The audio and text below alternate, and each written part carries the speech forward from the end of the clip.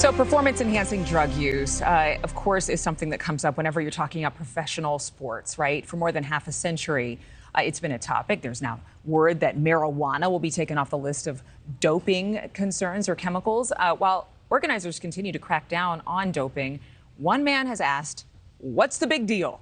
Businessman Aaron D'Souza launching a new kind of Olympic Games, he's calling it, the Enhanced Games for athletes who would otherwise be banned from international competition. D'Souza's Enhanced Games hope to launch in December 2024 with athletes competing in track and field, swimming, weightlifting, gymnastics, and combat sports. I'm guessing that's going to be like the MMA stuff.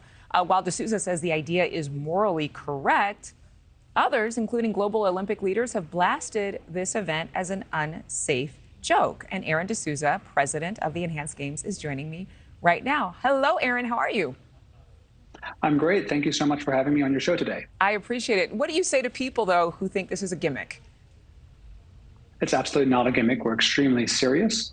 I'm very proud of the Olympians who have signed up to our Athletes Advisory Board, including Olympians like Christine Smith, Roland Schumann, Brett Fraser. They've really put their reputations on the line to back this bold and new concept where we're embracing science and embracing social and technological change. Have you heard from Sha'Carri Richardson, the track sensation who was busted for using weed?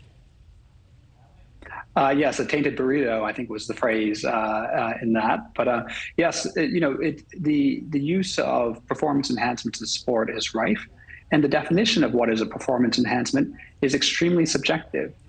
Cannabis is perfectly legal in many states of the United States now, but it can get you banned from competing in the Olympic Games. It's a complete farce.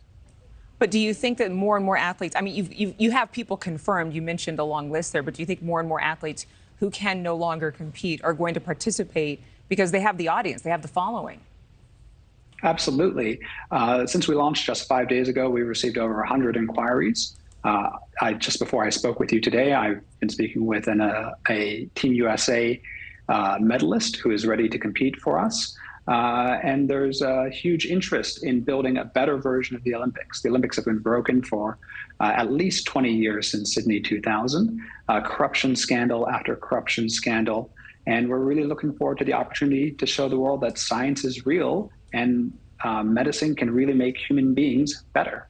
You described the anti-steroid movement as being anti-science. I hope I'm getting all of these facts correct. Absolutely. But the National Institutes of Health, the Mayo Clinic, the Cleveland Clinic, the UK's National Health Service, they all say anabolic steroids are addictive and that their use can cause a number of health issues: heart attacks, strokes, tumors, kidney failure, psychiatric problems.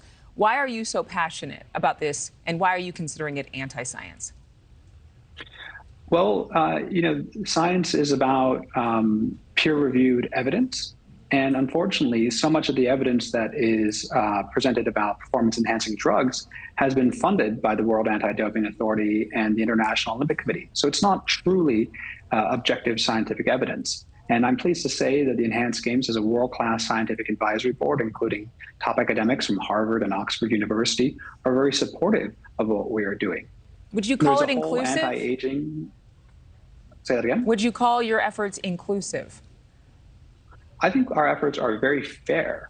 Currently at the Olympic Games and other international sporting events, the use of enhancements is underground. According to research published by the NIH, 95% of NFL players have used anabolic steroids at some point in their career. It's rife among professional athletes. So wouldn't it be more fair to have an Enhanced Games on the one side and a natural, slow, boring Olympics on the other? Natural, slow, and boring Olympics. Oh, my goodness.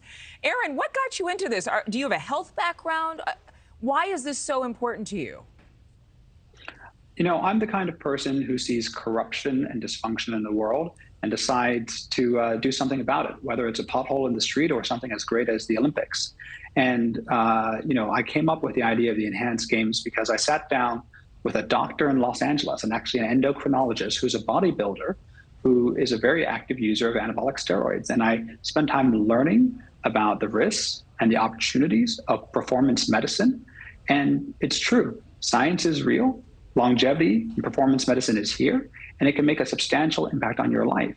If there was a magic pill that made you younger, that made you run faster for longer, wouldn't you take it? Yeah, I think a lot of people would. Aaron, are you going to be competing in anything? You look young and limber. Well, I'm 38 years old, and I do hope to at least compete in one event.